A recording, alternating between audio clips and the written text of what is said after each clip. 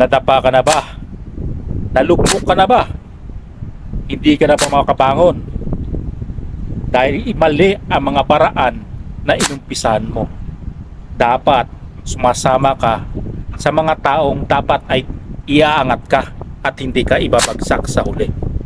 Yun ang isa sa mga dapat nating tandaan at dapat nating aralin.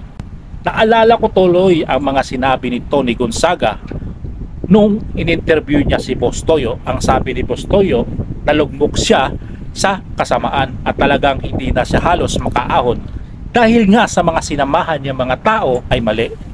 So dapat guys, kung sasama tayo sa mga tao na dapat ipipiliin natin yung pwede tayong iangat, na ang dapat nating sinasamahan ay hindi dapat yung ida-down ka, hindi dapat yung lulugmok ka in the future. Dapat ang sinasamahan natin ay may takot sa Diyos,